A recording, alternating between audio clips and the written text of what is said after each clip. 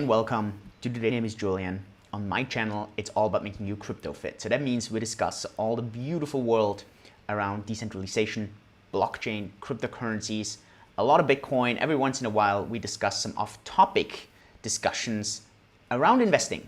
And I want to cover one of those things today. And it's actually this question on what to do with your cash at the moment. And you want to stay around all the way till the end, because step by step, we're going to dig deeper into the rabbit hole. And this is some really key content, especially right now. Now, we're recording this end of February 2020. And in today's time, my personal net worth is a lot of Bitcoin and a lot in gold at the moment. Now, I do own stocks, and I do own real estate, and I do own bonds, and I do own quite a lot of other things. But if I had to dispose of extra cash at the moment, I would first of all be very hesitant to do so. And second of all, I would probably mainly put it into Bitcoin and gold. And so since I already own quite a lot of Bitcoin and I own quite a lot of gold, at the moment I'm actually standing back a bit and I'm keeping cash on the sidelines, ready to dispose when I need to. And so there's this major question that a lot of people ask me, and I get this question on Twitter and under a lot of YouTube videos where people say, Julian, what do you do with your cash? You just have this sitting around. What do you actually do with it? And so I want to tell you a little bit and show you different kind of ways how you could get some returns on your cash. Some might be appropriate for you, some might not be appropriate. And it just depends on your total net worth, depends on how much are you willing to dispose of. So I'm gonna do some writing here in my writing pad, and you can just basically follow along on all this. So first of all, let's define some things. I would basically have something called an emergency fund. And that emergency fund, that's something that is not included in this. Now, I discussed this in great detail in a book called 25 Stories. I Tell My Younger Self. And I'll link it up below. Let me see if I actually have a link for that book. Then I can put it in right now. No, I don't have the link here right now. Maybe I'll do. Yeah, so I've linked it down below. I'll also post it into the chat. So this is basically the link, and I'll go into great detail here. This is just a rough overview. So 1 month expenses, you definitely want to keep in cash, and you want to leave this on your bank account. You might even want to keep it at home. You're not focused so much on returns there. This is pure liquidity. This is if something happens, your washing machine breaks, or you just need some emergency cash, and that's the definition. You're not looking for returns here. Generally, I try to keep at least 1 to 2 months. At the moment, I've stocked up the emergency fund, and I'm actually going for 6 months expenses. And I have this, I actually have some very small amounts of cash here at home. But this is really negligible, to be honest. The major amount is in a bank account, and I have this daily available, and I'm shooting, and I have this I mix this in different currencies. So I have US dollars, I have euros, I have Swiss francs, I have Great British pounds, and obviously I have Sing dollars because I live in Singapore. Now, I try, and in some currencies this is impossible, like in the Swiss franc and euro, it's really impossible. But I try, especially in USD, I'll try to get around 2% per annum on this. It works if you do some time deposits, for example, on a daily basis. But that's kind of stretching it. So you could say 1 to 2%. If I can kind of not totally lose out on inflation, I'm really happy on those funds, to be honest. But the goal here is not so much to have returns. This is really about the emergency part. This is about having immediate access to your money here, right? So that's important.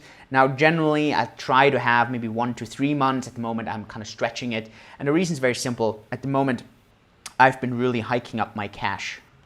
And I keep hiking up my cash, to be honest, because I feel we are in times where this could be very beneficial. A lot of companies are hiking up cash. Now, I know that Ray Dalio says cash is trash. I'm okay with that at the moment. I have enough deployed to be in the market, but I also have enough on the sidelines when times are when it's interesting for times. And so now obviously the question is, what do I do with my cash, right? And I'm talking about this one. I'm not talking about the emergency fund. Now, obviously you have different options, but at the end here, I'm trying to protect my principal, right? So if you don't try to protect your principal, if all you're going for is cash flow, you could go for dividend stocks. There's some really, really nice, interesting dividend stocks. I discussed some in my book, 25 Stories I Would Tell My Younger Self. Stocks, for example, that have never cut their dividend. Very, very interesting. The problem there is you don't have a guaranteed principal. So that's just the challenge here, right? So you need to work on things that you might have some risk, and in return, but not as much risk, but you kind of spike up your returns. If you can, you could get up to 10%. I think 10% is a bit stretching it, but you could do it. And there's some parts where actually I am getting 10%. And the very first one is something called peer-to-peer lending. Now, basically here you're lending other individuals money. You don't lend one lump sum to an entire individual. You kind of split it and you spread it up. And so that way you're kind of spreading your risk. I'm actually using a lot of those platforms. I'll try to go for around 10% per year on those. You can check out Lending Club and so on. So just search for peer-to-peer lending. Do your research. There's a lot of scammy platforms out there. You want to work with a good one. And understand that there's risk involved, right? Your principal is not guaranteed like on a bank account. And then try to look for a platform that's liquid, so you can get in and out really fast, and that has something called buyer's protection, so that your loans, if the other party defaults, you have some backup here. And that actually works quite well. Yeah, don't go for too much, but just kind of diversify. The second one is you have peer-to-peer lending platforms, but they're more autopilots. So the reason how they're different is because you're taking less percentage. For example, you're taking 6 to 7%. You have less risk. You have more guarantees, but obviously you have lower returns. And so the key is you want to diversify over 3, 4, 5 platforms. It's the same kind of thing, but you're looking for those autopilot ones where it's not you selecting the loans, it's not you having to do all the work. You kind of let the platform diversify. And you have way more guarantees because the platform is kind of guaranteeing on their own reputation, on their own credit worthiness. And obviously all those platforms can go bankrupt, and some actually do, but if you kind of diversify well enough, it should be okay. So you're not risking completely everything. So I think that's absolutely fine. The third one, and that's where obviously we are getting here in crypto, is crypto loans. Now there's a lot of platforms where you can deposit USDD or DAI and so on, and you can actually get some really, really nice returns. Depends what platform you're using, who you're talking to, what the amounts are.